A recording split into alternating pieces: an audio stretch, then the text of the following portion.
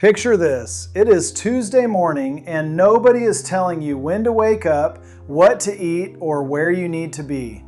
That freedom can feel great, but it can also hide small changes that would be obvious if someone else were around. The breakfast that quietly became coffee, the stiff legs that made you stop taking the stairs, the missed pill, the phone that has not rung in 3 days. Living alone after 60 is not the danger. Plenty of men live alone and stay strong, sharp, and deeply connected. The real danger is that certain problems can grow quietly because nobody sees them early. Today, we are counting down 7 health risks men living alone rarely talk about, and more importantly, the simple systems that can protect your independence without taking it away.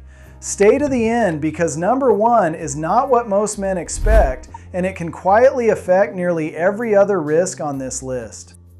Risk number 7, when help takes too long. This first risk is not about whether another person sleeps under your roof. It is about response time. Suppose you become dizzy, slip in the garden, react badly to a new medication, or wake up feeling seriously unwell. The problem becomes more dangerous when nobody knows you need help. You do not need to surrender your privacy to fix this. You need a small safety net. Choose one reliable person for a daily check-in. It can be a text sent before 10 in the morning, a quick phone call, or a simple message that says, "All good." Give a trusted neighbor or relative a spare key. Keep your phone charged and within reach, not sitting in another room when you shower or work outside. If falls or sudden health problems are already a concern, consider a wearable alert device. That is not a symbol of weakness. It is the same logic as wearing a seatbelt. You hope you never need it, but it closes the gap when minutes matter. Your action today is simple. Pick your check-in person and agree on what they should do if you do not respond. Risk number 6, the routine that slowly disappears. This section is about the invisible structure that keeps your body on schedule. When you live alone, nobody notices if breakfast moves to noon, bedtime drifts past midnight, or 3 quiet days pass without leaving the house. Freedom without anchors can slowly become irregular sleep, less movement, and lower energy. The answer is not a military schedule. Use 3 daily anchors. First, get up at roughly the same time. Second, get outdoor light and a few minutes of movement early in the day. Third, eat your main meals within a reasonably consistent window. Morning light helps tell your brain that the day has started. A short walk gives your joints, muscles, and circulation a reason to wake up. A regular mealtime makes it less likely that coffee and crackers accidentally become lunch. Write your 3 anchors on paper and put them where you make coffee. A good routine should support your freedom, not control it. Risk number 5. Cooking for one becomes not cooking at all. Here is where convenience can quietly work against strength. Cooking a full meal for one person can feel like too much effort, so dinner becomes toast, cereal, canned soup, or whatever is easiest to open. Calories may still come in, but protein, fiber, produce, and fluids can slide out. For men over 60, that matters because maintaining muscle requires both resistance and adequate nutrition. You do not need gourmet meals. You need reliable defaults. Build 3 simple meals you can make almost without thinking. Eggs with vegetables and whole grain toast. Greek yogurt with berries and nuts.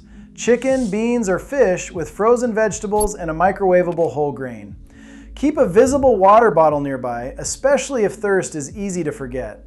And place a useful protein food in each main meal instead of trying to make up for an entire day at dinner.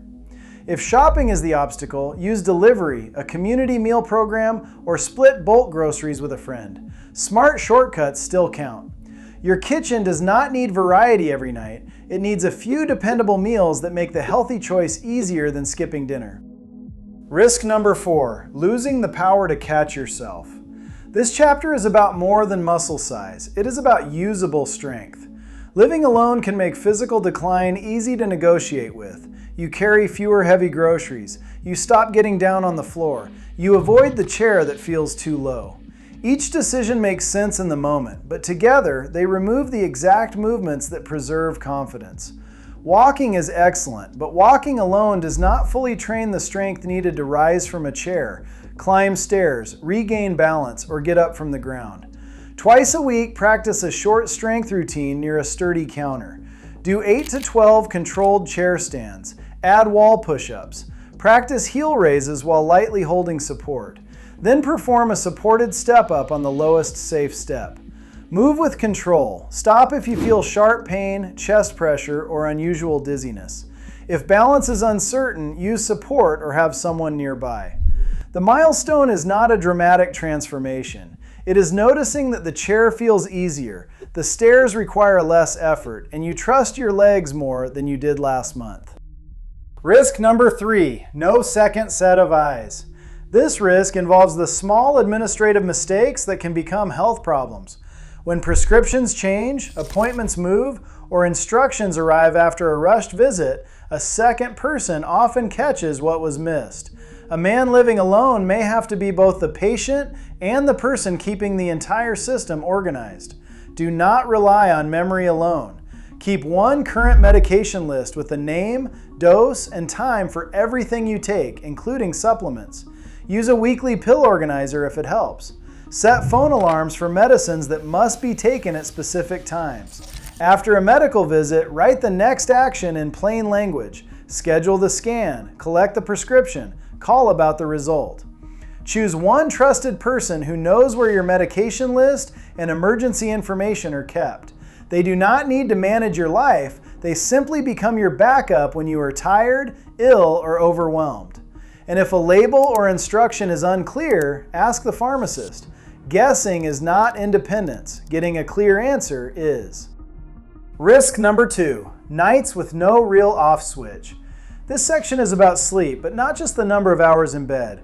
Some men living alone fall asleep with the television running, wake at irregular times, or stay up because there is no reason to end the day.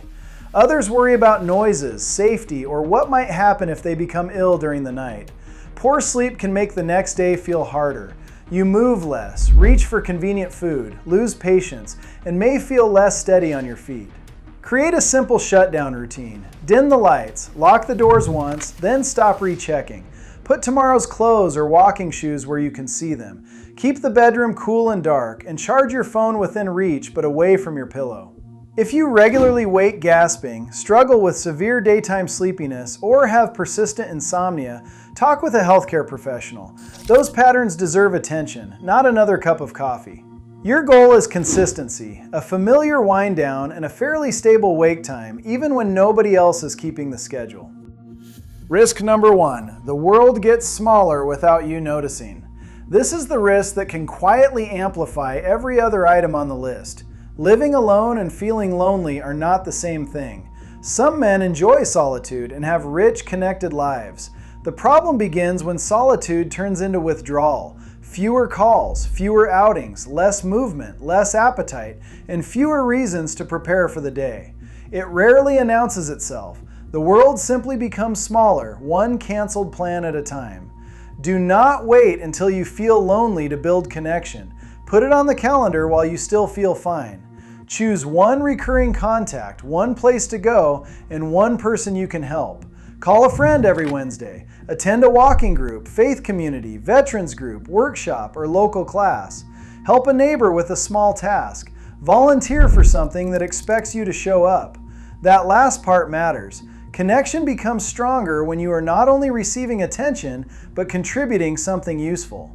If your mood stays low, you lose interest in things you normally enjoy, or daily life starts feeling pointless, tell someone directly and speak with a qualified professional. Strong men use the right support before a hard season becomes a crisis. Your 7-point independence check. Let us turn everything into a plan you can use today. 1. Establish a daily check-in and a clear emergency response. 2. Keep 3 anchors: wake time, morning light and movement, and regular meals. 3. Stock 3 simple, protein-centered meals and keep water visible. 4. Train your legs, balance, and pushing strength at least twice a week. 5. Maintain 1 accurate medication list and 1 trusted backup person. 6. Create a consistent nighttime shutdown routine. 7. Schedule connection before isolation has a chance to grow. Living alone can offer privacy, peace, and control over your day. The goal is not to give those things up. The goal is to build enough structure around your independence that small problems are noticed before they become big ones. Which of these 7 risks surprised you most? And if you live alone, what system helps you stay strong, safe, and connected? Share it in the comments. Someone reading may need the exact idea that already works for you. Subscribe for more practical ways to stay strong, mobile, and independent.